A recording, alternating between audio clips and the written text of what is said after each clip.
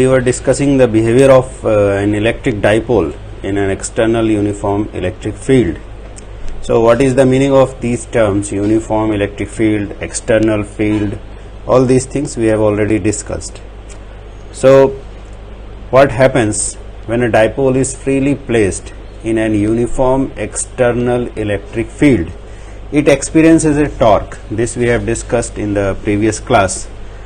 So suppose we have an electric field in this direction.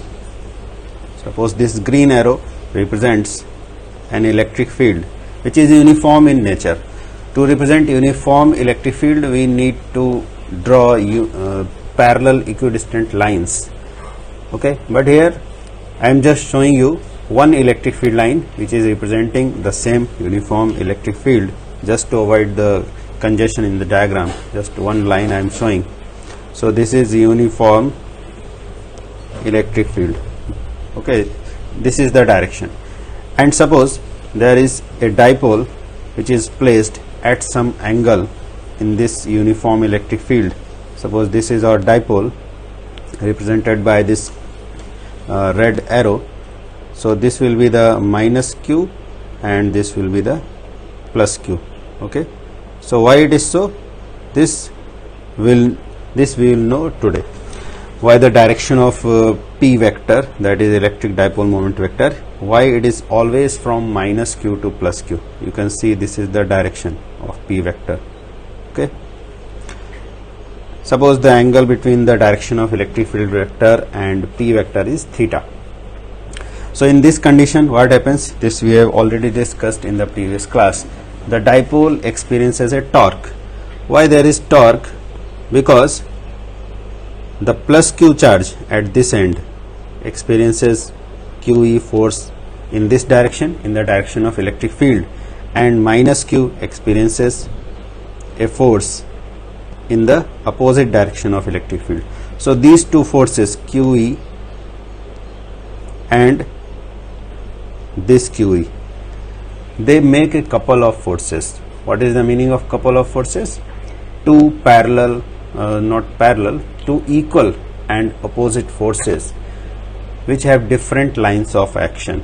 Okay, if different lines of action they are having, then they will form a couple of forces, and due to couple of forces they will apply a torque on this dipole. So that magnitude of torque comes out to be, this we have calculated in the previous class, the torque comes out to be PE sin theta. This much torque acts on the dipole when it is placed in an uniform external electric field. Okay, तो ये हमारा discussion already हो चुका है, but the important thing is torque is a vector quantity. Okay, torque is a vector quantity. Here we have written only the magnitude of the torque. कितना torque लगेगा ये हमने लिखा है, डायरेक्शन नहीं लिखा है. तो टॉर्क एक वेक्टर क्वांटिटी है. इसके डायरेक्शन किस बात पर डिपेंड करता है, कैसे हम इसका डायरेक्शन रिप्रेजेंट करेंगे?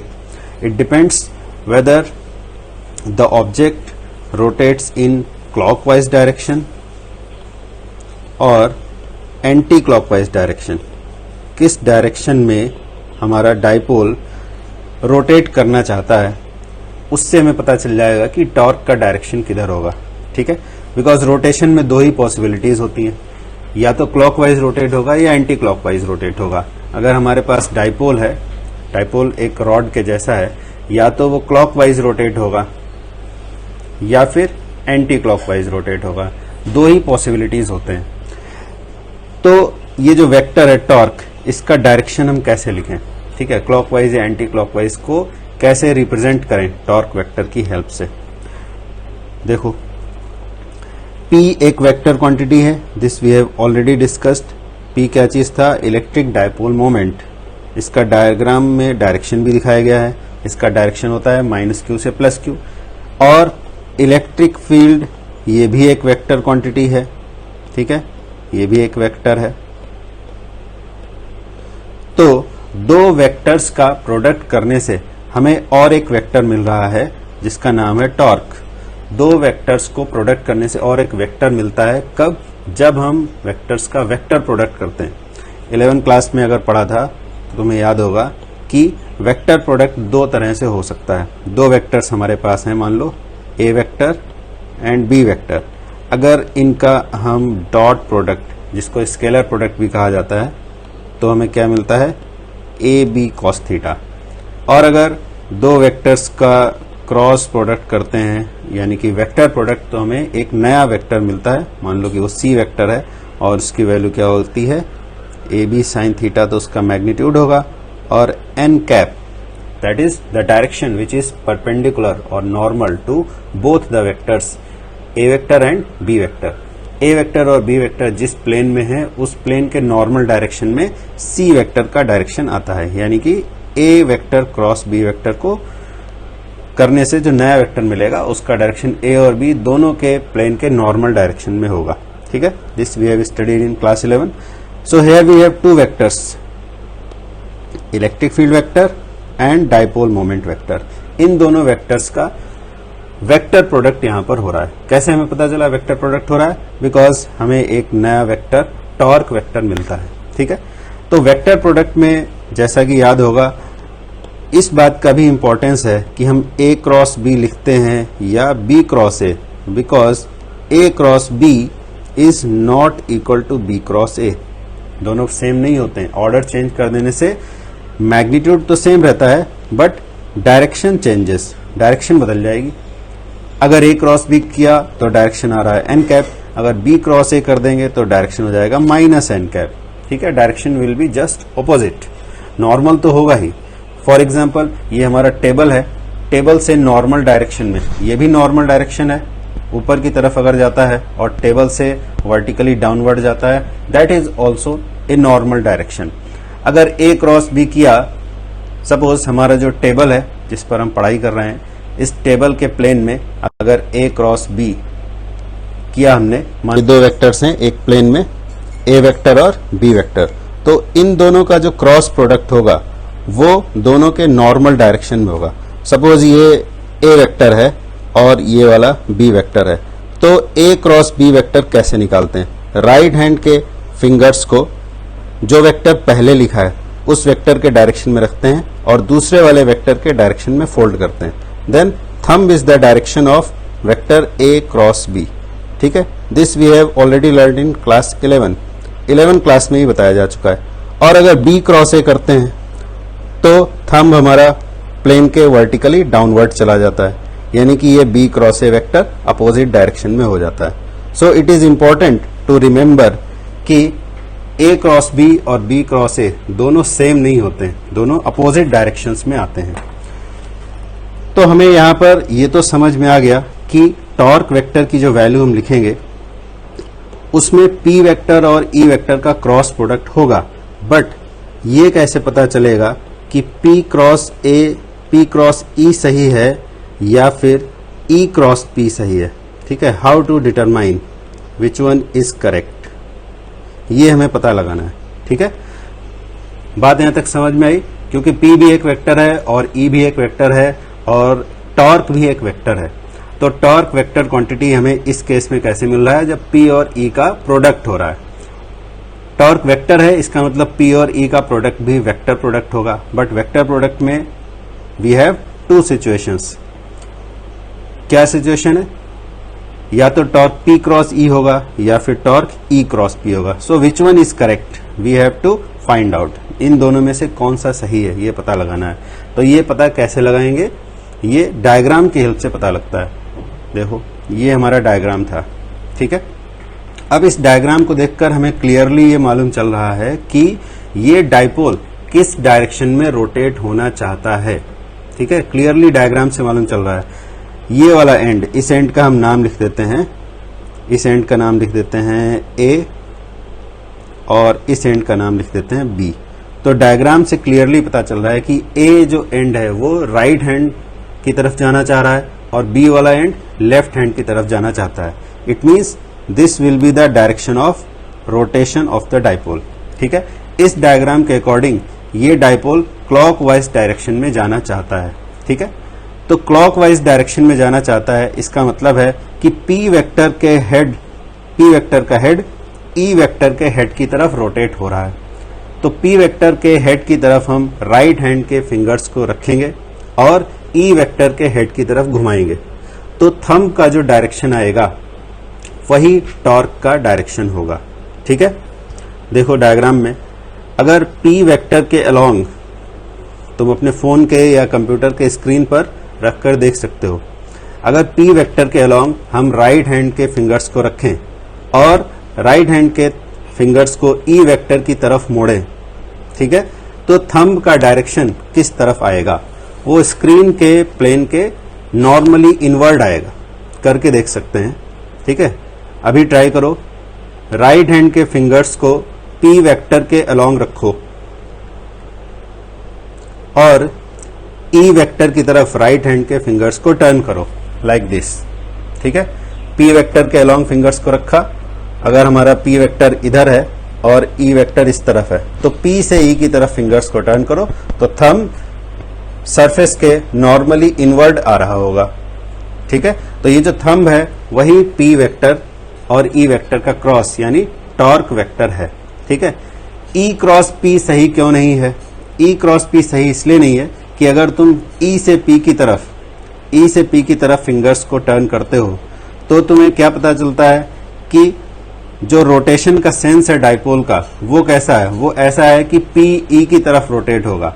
बट अगर तुम ई क्रॉस पी लिख रहे हो मैथमेटिकली, उसका मीनिंग क्या होगा कि तुम्हें ई से पी की तरफ जाना है।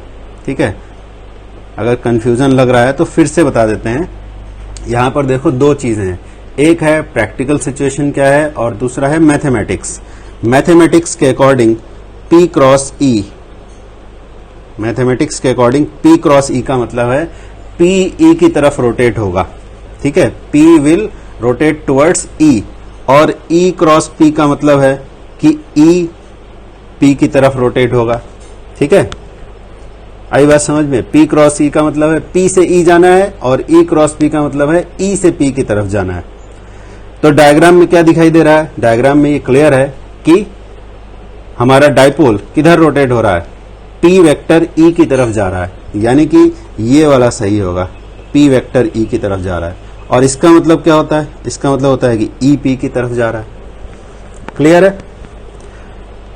तो डायग्राम में जब दिखाई दे रहा है कि पी ई की तरफ जा रहा है, यानी कि ये वाला सही होगा और ये वाला गलत होगा। ठीक, so this is the reason that this possible expression is wrong and P cross E is correct. Okay, तो टॉर्क को वेक्टर फॉर्म में अगर हमने लिखा तो वो क्या आ जाता है? P cross E vector, P vector cross E vector, ये हमें टॉर्क वेक्टर मिल गया। ठीक है, ये हो गया। यहां तक बात समझ में आ गई। अब यहीं से हमें इस बात का जवाब भी मिलता है कि पी वेक्टर का डायरेक्शन हमेशा माइनस क्यू से प्लस क्यू ही क्यों लिया जाए। अगर उल्टा ले लेते तो क्या होता? देखो, ये बात भी यहीं पे समझ में आ जाएगी।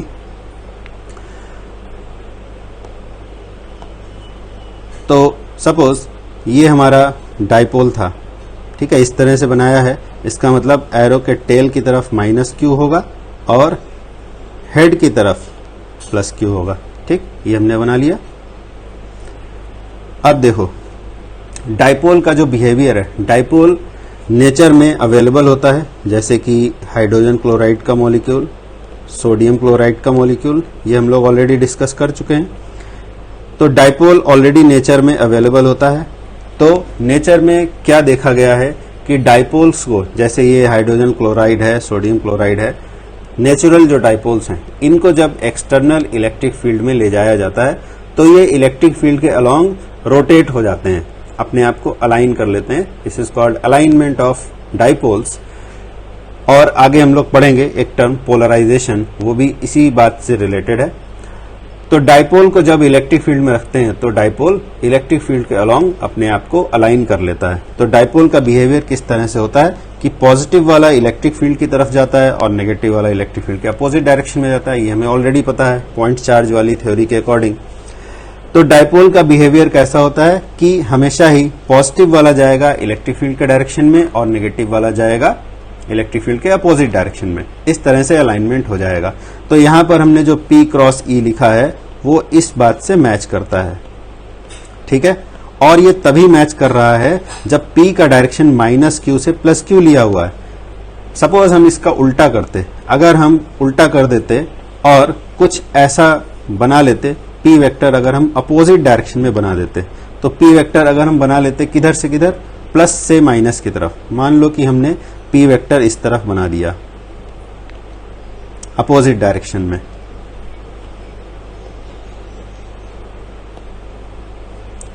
सपोज P वेक्टर हमने इधर बना दिया, ठीक है, +q से -q। तो मैथमेटिक्स और जो नेचुरल सिचुएशन है दोनों कॉन्ट्रडिक्टरी हो जाएंगे। देखो कैसे हो जाएंगे, बिकॉज नेचर क्या कहता है, नेचर कहता है कि पॉजिटिव वाला इलेक्ट्रिक फील्ड के डायरेक्शन में जाना चाहिए और नेगेटिव वाला इलेक्ट्रिक फील्ड के अपोजिट जाना चाहिए। It means dipole will rotate like this, ठीक है, डाइपोल इस तरह से रोटेट होना चाहिए और हमारा इक्वेशन P क्रॉस E होना चाहिए, ना कि E क्रॉस P। अब अगर किसी ने उल्टा बना दिया, P वेक्टर को +q से -q की तरफ बना दिया, तो क्या होगा, और फिर मैथमेटिक्स जो हमारा मैथमेटिकल इक्वेशन आया था उससे अगर मैच कराया तो देखो क्या होगा। मैथमेटिक्स क्या कहता है, P क्रॉस E होना चाहिए और वो हमारी जो सही वाला डायग्राम था उससे मैच भी करता है। बट इस डायग्राम से अगर हम मैच कराएं तो देखो P इधर है, P इस तरफ है, P is here and E is here. तो P क्रॉस E का मतलब क्या होगा इस केस में, इस केस में P क्रॉस E का मतलब क्या होगा कि P वेक्टर E की तरफ मुड़ेगा, ठीक है, P क्रॉस E का ये मतलब है। बट इस डायग्राम में क्या दिखाई दे रहा है, P का डायरेक्शन इधर है, E का डायरेक्शन इधर है। तो यहां पर हमें दिखाई दे रहा है कि डाइपोल P से E की तरफ ऐसे जाएगा, ठीक है। मैथमेटिक्स ये कहता है कब, जब P ऐसे बना दिया तो according to mathematics P cross E should be like this. और इस सिचुएशन में क्या हो रहा है, एंटी क्लॉकवाइज रोटेशन हो रहा है।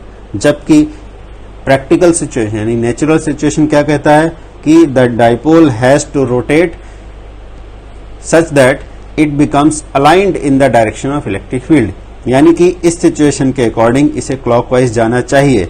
बट अगर कोई P वेक्टर उल्टा बना देता है और P क्रॉस E करता है तो वो डायरेक्शन क्या शो करेगा, एंटी क्लॉकवाइज शो करेगा। यानी कि मैथमेटिक्स और जो नेचुरल सिचुएशन है डाइपोल को इलेक्ट्रिक फील्ड में रखने पर दोनों कॉन्ट्राडिक्टरी हो जाते हैं, ठीक है। तो ये एक रीजन है कि -q से +q की तरफ P वेक्टर को बनाया जाता है, ठीक है। तो ये कोई ऐसा नहीं है कि कहीं नेचर में ऐसा पाया गया हो, नेचर में जो नेचर में हमें डाइपोल मिलेगा that is fine, electric field भी मिलेगा वो भी सही है। बट नेचर में कहीं भी डाइपोल के ऊपर लिखा नहीं होता है कि इधर माइनस है इधर प्लस है। क्या हाइड्रोजन क्लोराइड के मॉलिक्यूल में जो हम लोग बुक में लिखते हैं ऐसे कि इधर H है और इधर Cl है, इधर प्लस इधर माइनस, लेकिन मॉलिक्यूल तो ऐसा नहीं होगा, इधर हाइड्रोजन एटम होगा इधर क्लोरीन एटम होगा। इस पर यह भी नहीं लिखा होगा कि ये हाइड्रोजन है और ये क्लोरीन है। क्या नेचर में कभी लिखा होता है? अगर घर के बाहर देखो वहां नीम का पेड़ लगा है तो उस पर क्या लिखा हुआ है कि ये नीम का पेड़ है? नहीं, उसे हमने नाम दिया है, ह्यूमंस ने नाम दिया है कि ये नीम का पेड़ है, ये आम का पेड़ है। पेड़ पे लिखा नहीं होता है। वैसे ही हाइड्रोजन क्लोराइड के मॉलिक्यूल में हाइड्रोजन एटम के ऊपर लिखा नहीं होगा कि हाइड्रोजन एटम है, ना ही उस पर यह लिखा होगा कि यहाँ पे प्लस चार्ज है, ना ही क्लोरीन के एटम पर लिखा होगा कि ये क्लोरीन है और इस पर माइनस चार्ज है। ये हमारे अपने कन्वेंशन है, नेचर को समझने के लिए हमने कन्वेंशंस बनाए हैं। तो उन्हीं कन्वेंशंस में से ये कन्वेंशन भी है कि हाइड्रोजन वाला जो चार्ज है उसको हम पॉजिटिव कहेंगे, क्लोरीन वाला चार्ज है उसको नेगेटिव कहेंगे। और जब कन्वेंशन के बेसिस हमने बना लिए, जैसा हमने बेस बनाया है, कोई बिल्डिंग अगर बनाते हैं तो उसका जैसा हम फाउंडेशन बनाते हैं तो उसके आगे का डिजाइन भी उसी फाउंडेशन पर ही डिपेंड करता है, उसी को हम कंटिन्यू करते हैं। तो अगर हमारे फाउंडेशन में ऐसा था कि हाइड्रोजन वाले चार्ज को हम पॉजिटिव कहेंगे और क्लोरीन वाले चार्ज को नेगेटिव कहेंगे, उसी फाउंडेशन को आगे बढ़ाते बढ़ाते यानी उसी कन्वेंशन को आगे बढ़ाते बढ़ाते हम यहां तक भी पहुंचते हैं कि P वेक्टर यानी डायपोल मोमेंट वेक्टर का डायरेक्शन -q से +q की तरफ होगा। ठीक है, तो ये एक कन्वेंशन है। और क्यों है ये इसलिए है कि जब हम साइंटिफिक फैक्ट्स को, साइंटिफिक ऑब्जर्वेशंस को मैथमेटिक्स की लैंग्वेज में जब हम एक्सप्रेस करें तो मैथमेटिक्स और साइंस दोनों एक दूसरे के साथ कंसिस्टेंट होने चाहिए, उनमें आपस में मैच होना चाहिए। ठीक है, ऐसा नहीं हो कि हमें दिखाई कुछ और दे रहा है और हम कहे कुछ और रहे हैं। क्लियर? तो this is the reason why P vector is always directed from -q to +q। तो ये क्वेश्चन कई बार पूछा जा सकता है और इसका आंसर ज्यादातर लोगों को पता होता है लेकिन वो बता नहीं पाते। ठीक है, तो उसका यही एनालिसिस करके तुम बता सकते हो कि क्योंकि नेचर में ऐसा दिखाई देता है कि पी वेक्टर ई वेक्टर के अलोंग घूमना चाहिए, ना कि ई पी की तरफ घूमेगा।